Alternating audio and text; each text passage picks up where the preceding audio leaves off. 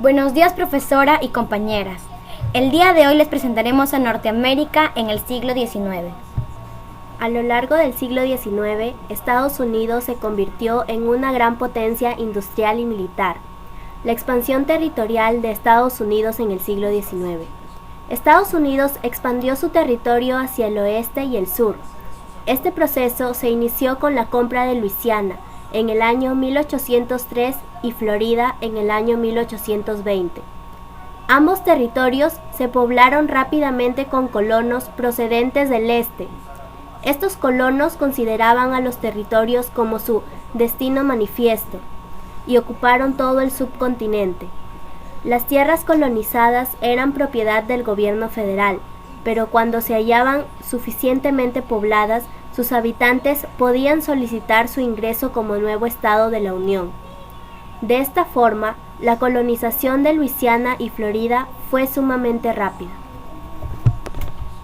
En la década de 1840 se configuró casi todo el actual territorio de los Estados Unidos, gracias al control del norte de México, el ingreso a la Unión del estado de Texas y la influencia de la fiebre del oro en California. Así posteriormente se ocuparon las islas Hawái hasta formar los 50 estados actuales.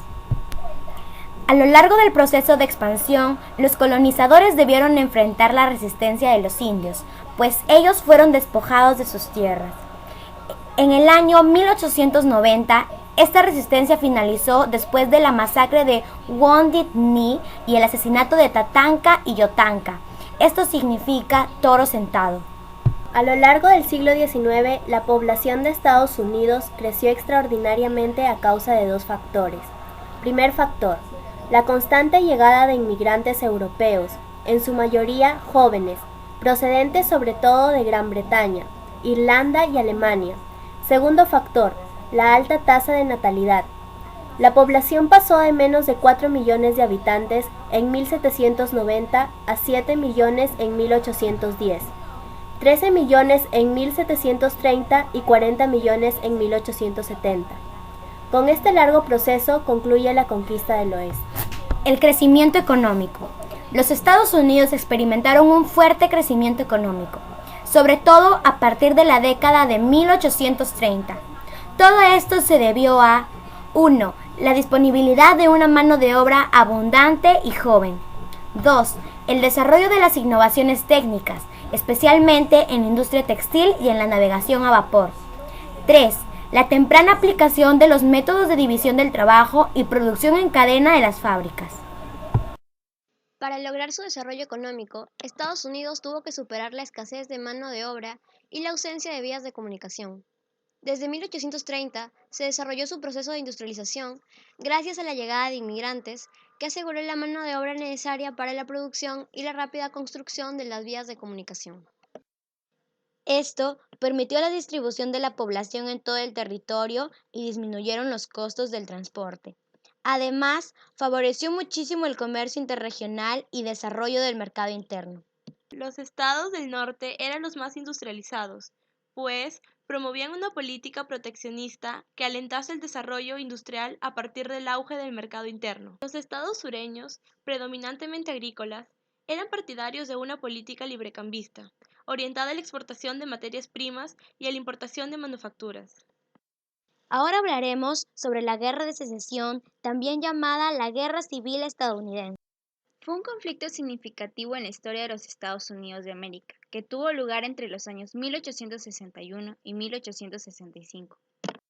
Se produce un enfrentamiento entre el norte y los Estados Confederados de América. El norte pedía un mayor proteccionismo comercial, la liberación de los esclavos y concebía la república como un contrato ineludible. Y los Estados Confederados de América defendían su independencia, el liberalismo económico y la posesión de los esclavos. Causas y antecedentes. Causas y antecedentes económicos. El sur no podía concebir una agricultura sin esclavos y se veía incapaz de seguir llevando a cabo el mismo sistema económico del país, prescindiendo de la mano de obra que no era remunerada y que tenía como única misión el trabajo. Además, a esto se le sumaba que las peticiones de proteccionismo del norte les hacían tener que comprar productos industriales a un mayor precio que los europeos. Por el contrario, estas medidas beneficiaban en una gran parte al norte que tenía una economía más industrial, ya que no necesitaba esclavos para trabajar y veía satisfecha la necesidad de venta al suministrar sus productos al sur. Causas y antecedentes políticos.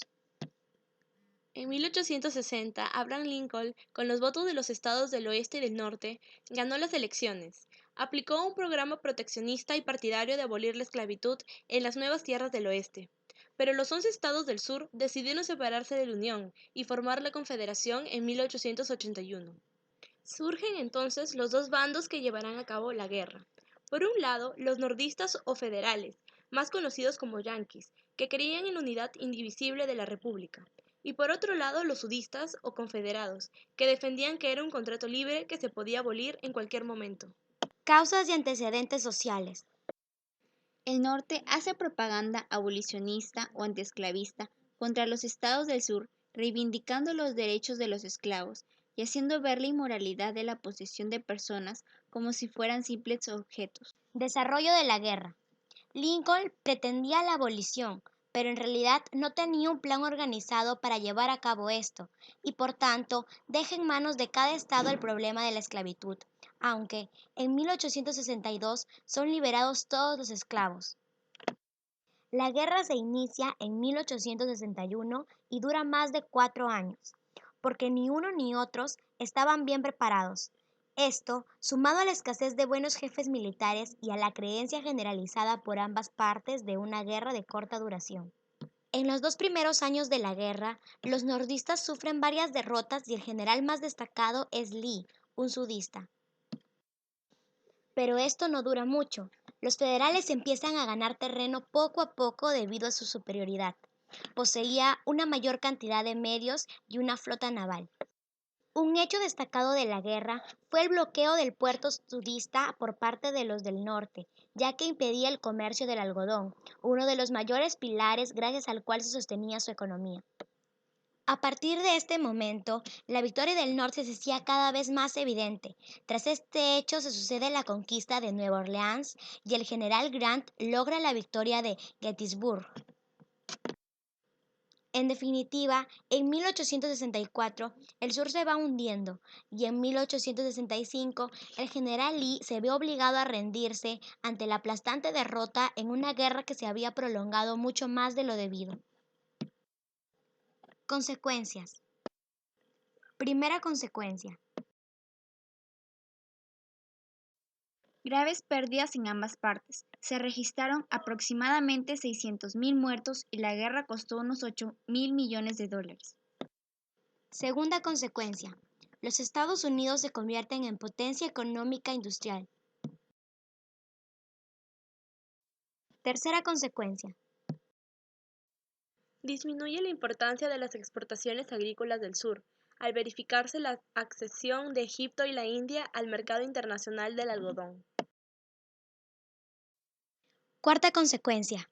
Auge de la industria que acelera la explotación de recursos naturales y gran desarrollo de las manufacturas. Quinta consecuencia. Hay un gran incremento demográfico urbano, así como de la demanda de mano de obra. Sexta consecuencia. El problema del americano negro trasciende hasta convertirse en una cuestión racial, social y política. Aún hoy sigue sin resolverse. Séptima y última consecuencia. Los negros obtienen en 1868 los derechos civiles y en 1870 el derecho de voto. Sin embargo, las restricciones al derecho de voto y la segregación mantienen a los negros como clase social relegada. Todo este conflicto duró más de 4 años y costó más de 600.000 vidas. Finalmente, los del norte impusieron. Contaban con más hombres, un mejor sistema de comunicación y sobre todo una gran capacidad industrial que les permitía reponerse rápidamente y estar siempre armados y abastecidos. El liderazgo del presidente Lincoln, quien en 1863 decretó la abolición de la esclavitud en todos los Estados Unidos, fue determinante.